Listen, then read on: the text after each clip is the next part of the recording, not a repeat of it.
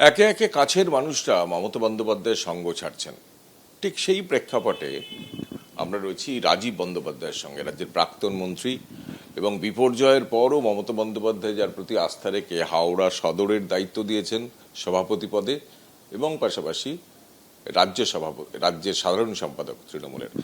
রাজীব দা, আজকে আপনার সঙ্গে কথা বলার একমাত্রই কারণই হচ্ছে হঠাৎ করে দেখা যাচ্ছে সমাজ মাধ্যমে আপনার যে কভার ফটো সেটা চেঞ্জ হয়ে গেছে। অভিষেক বন্দ্যোপাধ্যায়ের জায়গায় নিজের ছবি দিয়েছেন, মানুষের ছবি দিয়েছেন, এটার কারণ কি? না দেখুন, আমি কেন আমার মনে হয়েছে যে একটা জিনিস, যে সাধারণ মানুষের পাশে থাকবার জন্যই রাজনীতি করা। আমি এর আগে বহুবার বলেছি যে মানুষের পাশে থাকার জন্যই রাজনীতি করা। এবং যে কভার ফটো ছিল সেটা জানেন, নির্বাচনের কভার ফটো, আবার জিতবে বাংলা। এবং আমি ব্যক্তিগতভাবে মনে করি যে অভিষেক বন্দ্যোপাধ্যায় সেখানে কোনো স্থান আছে বলে আমি মনে করি না। দিদির এই সময় যারা সত্যিকারের দিদিকে ভালোবাসে তাদেরও মনের কথা হচ্ছে তারা কেউ আজকে চাইছে না অভিষেক বন্দ্যোপাধ্যায়কে। কিন্তু আমি কেন জানি না, বুঝতে পারছি না যে মমতা বন্দ্যোপাধ্যায় এখনও অভিষেক বন্দ্যোপাধ্যায় করে যাচ্ছেন। আমি দিদিকে হাত জোড় করছি যে দয়া করে আর অভিষেক বন্দ্যোপাধ্যায় করবেন না, আর অভিষেক বন্দ্যোপাধ্যায়কে বাঘের বাচ্চা বানাবেন না, আর অভিষেক বন্দ্যোপাধ্যায়কে ডিফেন্ড করার চেষ্টা করবেন না। কারণ এই অভিষেক বন্দ্যোপাধ্যায়ের জন্যই আজকে দলটার এই অবস্থা হয়েছে। মমতা বন্দ্যোপাধ্যায় যেমন আজকে তৃণমূল কংগ্রেস তৈরি করেছেন, তার জন্য তার যেমন সমস্ত অবদান, আর দলটা শেষ করার জন্য যদি কাউকে দায়ী করতে হয় তার একমাত্র দাবিদার হচ্ছে অভিষেক বন্দ্যোপাধ্যায়। আজকে ভাবুন তো, কেন বলবো না, আজকে দলটার এই জায়গা, আজকে শুভেন্দু অধিকারী আজকে কেন দল ছেড়েছে? শুধুমাত্র অভিষেক বন্দ্যোপাধ্যায়কে নেতা বানাতে গিয়ে, অভিষেক বন্দ্যোপাধ্যায়কে মান্যতা দিতে গিয়ে আজকে শুভেন্দু অধিকারীর মতো এইরকম একটা বলিষ্ঠ নেতৃত্বকে আজকে দল ছাড়তে আমরা বাধ্য করেছি। শুধু তাই নয়, একে একে আজকে যদি দেখেন যে প্রত্যেকে অভিযোগ জানাচ্ছে অভিষেক বন্দ্যোপাধ্যায়ের কাছে। এবং মনের জ্বালা তো বটেই, আজকে আমাকে কিভাবে আমার রাজনৈতিক জীবন বলুন, পরিবার বলুন, সব কিছু কীভাবে নষ্ট করেছে এই অভিষেক বন্দ্যোপাধ্যায়। আমাকে জয়েন করানো হলো, বলা হলো একরকম যে হ্যাঁ দলের জন্য কিছুদিন কাজ করো, তারপরে নিশ্চিতভাবে আমরা দেখব। কি না করিনি আমি বলুন তো। এই বিগত 21 থেকে 26 যদি দেখেন, যদি সব থেকে বেশি পরিশ্রম করে থাকে, সব থেকে বেশি কঠিন দায়িত্ব যদি সামলে থাকে রাজীব বন্দ্যোপাধ্যায় সামলেছে। আজকে যে জোর করে ত্রিপুরা আমায় পাঠানো হয়েছে, মমতা বন্দ্যোপাধ্যায় আমায় নিজে ফোন করেছেন, করে বলছেন তুই ত্রিপুরা থেকে কি করবি, তোর মতো একটা অ্যাক্টিভ ছেলেকে তো আমার বাংলায় কাজে লাগানো বেশি দরকার, তোকে তো বাংলায় আমি চাই ভালো করে কর, তাতে আমার দলটা আরও সমৃদ্ধ হবে। আমি সঙ্গে সঙ্গে অভিষেক বন্দ্যোপাধ্যায়কে বললাম যে দিদি এরম করছে, আমাকে আসতে দিল না। এই অভিষেক বন্দ্যোপাধ্যায় সব যত পচা লোকগুলোকে প্রত্যেক কটা জেলা ধরে ধরে আমি বলে দেবো, আমি তাদের নাম করে তাদেরকে আর জনপ্রিয় করতে চাই না। যতগুলো অভিষেক বন্দ্যোপাধ্যায় জেলায় যত নেতা ছিল একটা করে রেখেছিল, ওর একটা করে একদম বলতে পারি সেই স্বনামধন্য সমস্ত নেতৃত্ব ছিল প্রত্যেক কটা জেলায়, যাদের চোখ দিয়ে আজকে অভিষেক বন্দ্যোপাধ্যায় দেখতো, করে আজকে দলটা শেষ করে দিয়েছে, টিকিট বিক্রি করে দিয়েছে। আপনি ভাবুন, এই বিধানসভায় আজকে হাওড়ায় আমায় দায়িত্ব দিয়েছেন, আর সেই সময় এই অভিষেক বন্দ্যোপাধ্যায় তার ওই, আমি আর তার নাম বলতে পর্যন্ত চাই না, সব পচা লোকগুলো যত বিভিন্ন জেলায় জেলায় অভিষেক বন্দ্যোপাধ্যায়ের যা কীর্তি করেছে, তাদের জন্য আজকে আমাকে হাওড়া থেকে, আমি মানে শুনলাম যখন আমার ঘোষণা হচ্ছে নাম, আমি শুনলাম আমার হাওড়া থেকে নাম বিধানসভায় আমাকে দেওয়া হচ্ছে ডেবরার মতো একটা আসন।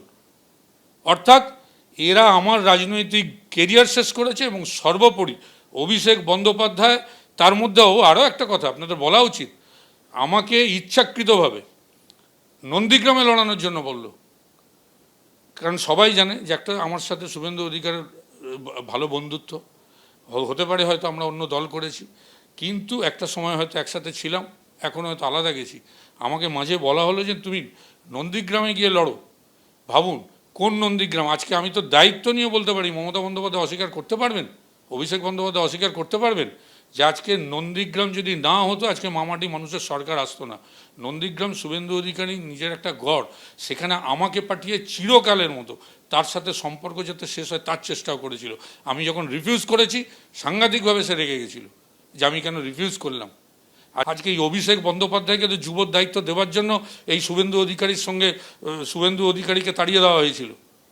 আগে অন্য কাউকে করা হলো যাতে লাইনটা পরিষ্কার করা যায়, আজকে শুভেন্দু অধিকারী, আমি তো বলবো বরঞ্চ আজকে ভালো হয়েছে, সাপে বড় হয়েছে যে আজকে শুভেন্দু অধিকারী রাজ্যের মুখ্যমন্ত্রী হয়েছে, তার যোগ্যতা ছিল, সে রাজ্যের মুখ্যমন্ত্রী হয়েছে। দিদি একদিন আমার সামনে অভিষেককে বলছে, আমি তো রাজীবকে চেয়েছিলাম হাওড়ায় দে, তোরা আইপ্যাক মিলে এটা ঠিক করেছিস। এবং দেখুন যতগুলো ও আর আইপ্যাক মিলে টিকিট বিলি করেছে, বিক্রি করেছে, বিলি বলবো না, বিক্রি করেছে, এত টাকা দিয়ে করতে হবে নিশ্চিতভাবে।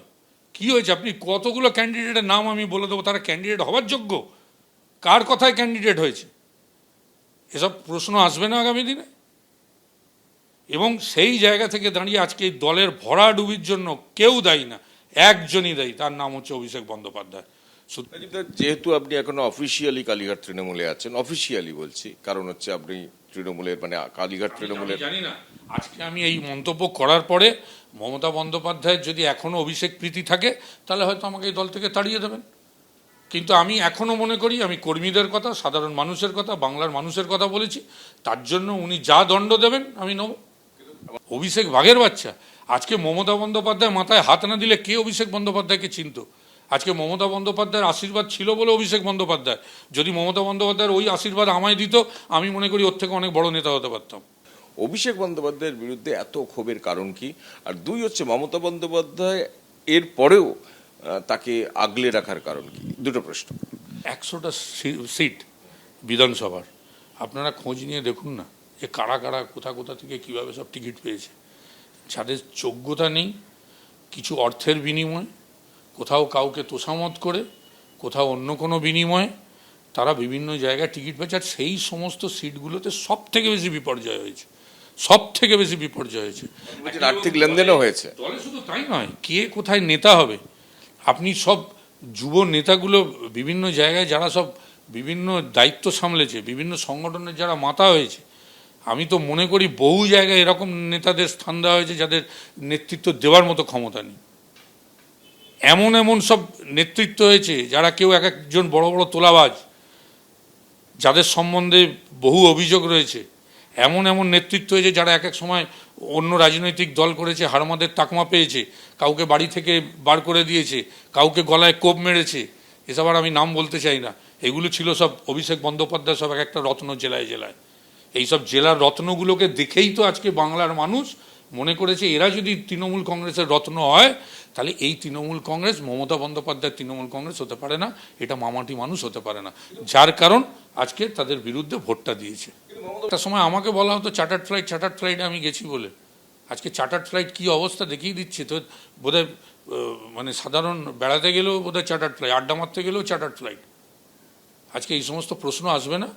এখন মমতা বন্দ্যোপাধ্যায় হয়তো তার স্নেহের জন্য করছেন, কিন্তু মমতা বন্দ্যোপাধ্যায়ের বোঝা উচিত যে তৃণমূল কংগ্রেসের তৈরি যখন তিনি করেছিলেন তখন এই অভিষেক বন্দ্যোপাধ্যায় কেউ ছিল না।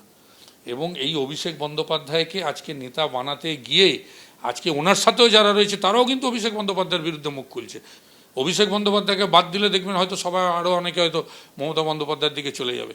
কিন্তু এখন মমতা বন্দ্যোপাধ্যায়কে বুঝতে হবে যে আমি দলের কর্মীদের বক্তব্যকে মান্যতা দেবো, দলটা যাতে আগামী দিনে ঠিক মতো চলে সেই ব্যবস্থা করব, দলকে ঐক্যবদ্ধ রাখবো, দলকে প্রতিষ্ঠা করব, না অভিষেক বন্দ্যোপাধ্যায়কে প্রতিষ্ঠা করব, তাকে আবার বাঘ বানাবো।